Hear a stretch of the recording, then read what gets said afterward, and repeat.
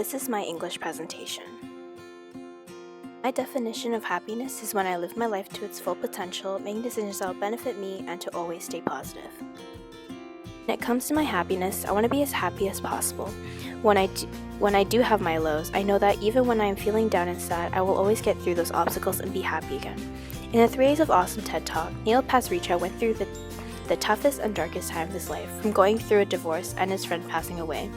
It was a really heavy time, and as these dark clouds were circling me, I was finding it really difficult to think of anything good. I said to myself that I really need a way to focus on the positive somehow. Neil found potential, hope, and was determined that even if you're struggling, you will always be happy. Not everyone will always be happy. I know for myself, I've had my highest of highs and my lowest of lows. Just like Neil, I've gone through those tough obstacles, and I've learned to live life to its full potential.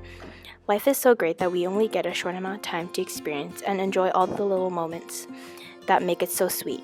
He taught me that I should live my life to the fullest. It gives me the motivation, justification, and joy I will get when I live my life to its full potential.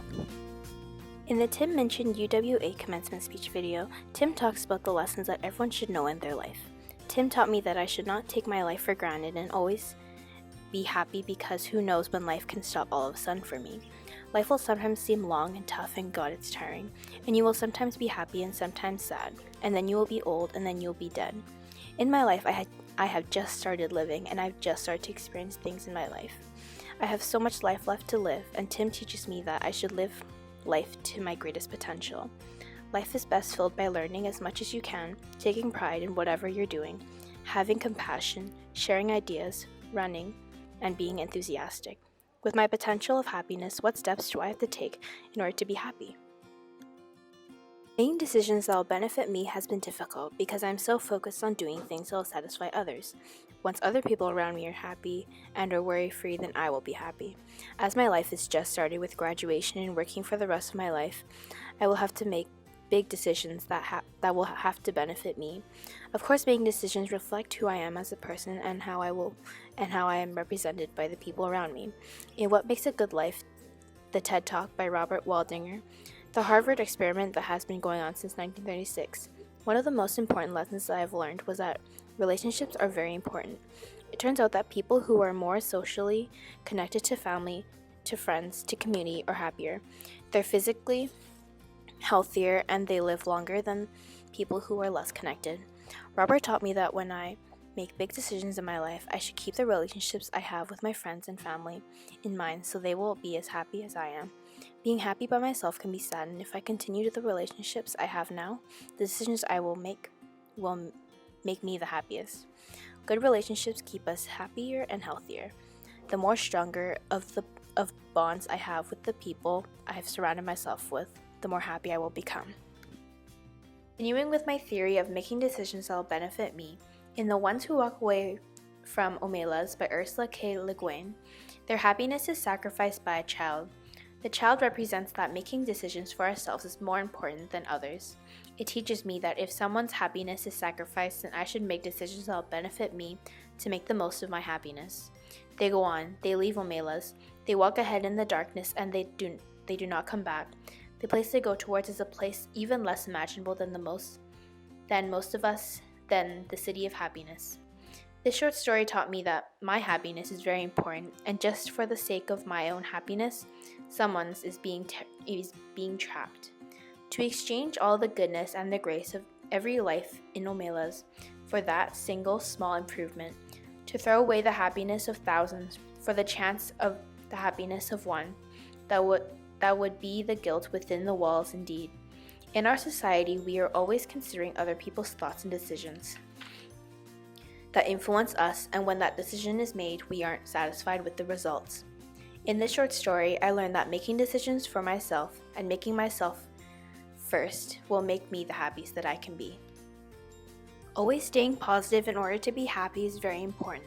In my life, I have had my low moments, and as I'm growing up, I have had my points of anxiety from school, my family, and friends. With those low moments, I have learned that if I remain positive, even if I'm sad and anxious inside, it will make me feel better on the outside. In the short story Miss Brill by Catherine Mansfield, Miss Brill gets gets made fun of by some kids for being old and her necklet. Why does she come here at all? Who wants her? Why doesn't she keep her silly old mug at home? It's her fur, which is so funny, giggled the girl. It's exactly like a fried whiting. And be off with you, said the boy in an angry whisper. Then tell me, my petite chère.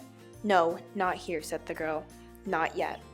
With the negativity that Miss Brill received, it teaches me that people will judge you really bad. They don't even know you and they're just making assumptions about you. Miss Brill taught me that with the judgments, I should always stay positive and staying positive will make me happiest. Miss Brill was originally happy with or without the kids' judgment, but as a realization of herself, reality hit her, and she learned from the past. She unclasped the necklace quickly without looking, laid it inside, but when she put the lid on, she thought she heard something crying. The crying that Miss Brill heard represents her emotion towards what the kids said about her. Miss Brill taught me that through the tough times, it is always important to stay positive and everything will be okay. To what extent of being positive and happy all the time can it be dangerous? In Brave New World, the savage did not want to live the life in Brave New World. He thought about the positivity he would get if there aren't any people controlling his happiness. In fact, said Mustafa Mond, you're claiming the right to be unhappy. All right then, said the savage defiantly, I'm claiming the right to be unhappy. The savage taught me that in order to be happy and to stay positive, you will have to break some rules. It is your happiness after all. In Brave New World, the citizens don't know the definition of happiness. Their positivity is soma and having sex all day. They did find out that their happiness is artificial. The citizens would break down. Actual happiness always looks pretty squalid in comparison with the other compensations for misery. And of course, stability isn't nearly so spectacular as instability, and being contented has none of the glamour of a good fight against misfortune, none of the picturesqueness of a struggle with temptation or fatal overthrow by passion or doubt. Happiness is never grand. I disagree with this because happiness can be grand. Everyone has their own ways of being happy and being positive. I feel like in our society, we take our happiness for granted. All the things that make us happy are materials and money. I've learned that positivity can spread in different ways and the extent of possibility is endless. To conclude, my definition of happiness is when I live my life to its full potential through the highs and lows in my life, to make decisions that will benefit me and the people around me, and to always stay positive even if I'm feeling negative and being judged. Always be happy! Thank you so much for watching!